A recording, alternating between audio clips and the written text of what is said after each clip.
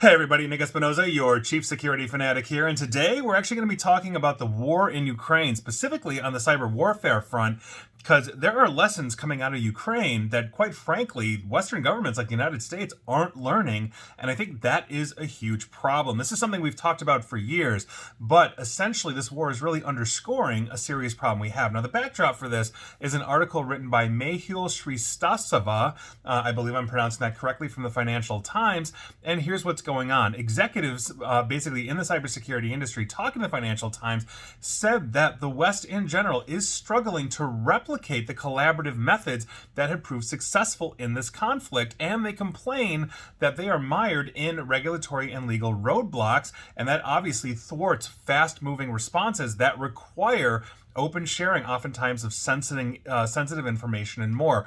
Quote, there is a reality that exists in Ukraine that I don't think most of the West can really put themselves in. That's according to Matt Olney, Director of Threat Intelligence and Interdiction at Cisco.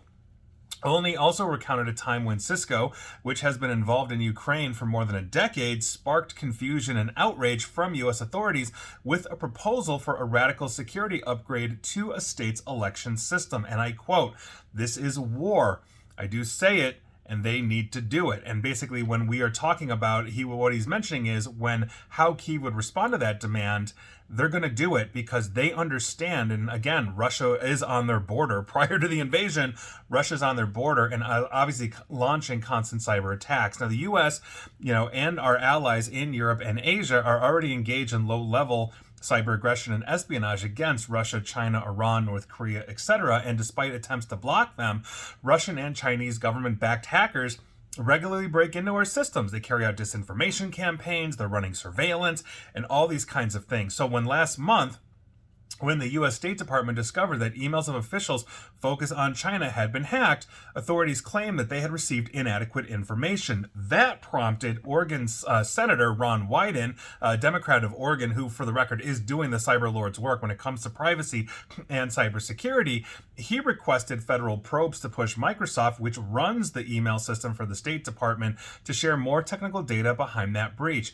On top of this, authorities in the United Kingdom took 10 months to inform millions of citizens on electoral register that their data had been exposed to a group of basically unidentified hackers working on behalf of another country. I've actually reported on that one in my breaches of the week, and sure enough, it did take the UK government quite a long time.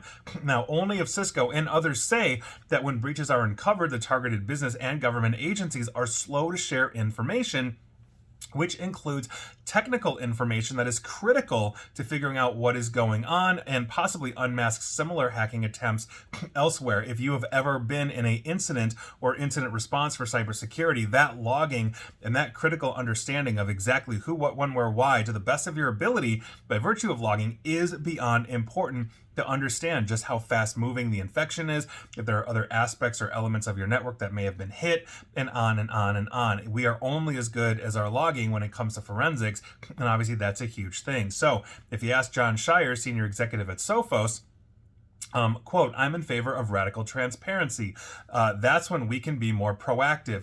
That's when we can make sure we know somebody else is going through the same thing, but that you're going through, and you can band together and make sure that you get through basically as unscathed as possible." And I think that is a very important thing. If you look at some of the best threat detection systems out there, firewalls, EDRs, MDRs, XDRs, whatever it is, they are basically threat sharing intelligence, meaning when firewall A gets hit for company A, that threat intelligence gets circulated and then pushed for inoculation across companies B through 8 million, that have that particular firewall or threat detection system.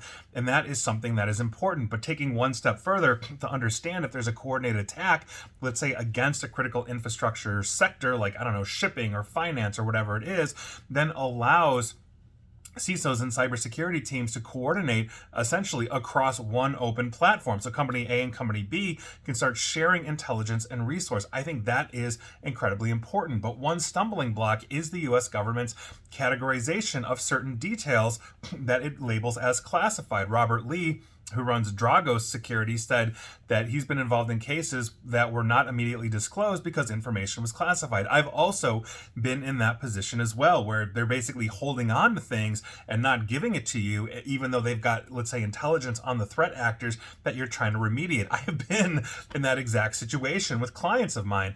And he also mentioned there's some truth in the idea that asset owners and operators are just keeping it quiet. That's also true as well. Not everybody shares, because obviously it's embarrassing and potentially reputation damaging for an organization to go through a data breach. And so they'll use their trusted advisors, they'll use their incident response teams, but they're not sharing to the world to say, hey, this is what happened, this is what we did, maybe this will help protect you because you see the mistakes we made and you can improve on it. Now, another problem, excuse me, is the reluctance of listed companies to disclose potentially damaging information. As I mentioned, now we're talking about stock prices, which has prompted the United States to work on legislation to deal with that issue. But quite frankly, it flies under the radar. I have multiple clients that we get calls, and our number one call is, oh my God, help, the world is burning down. I've never worked with you, but we're under some kind of cyber attack.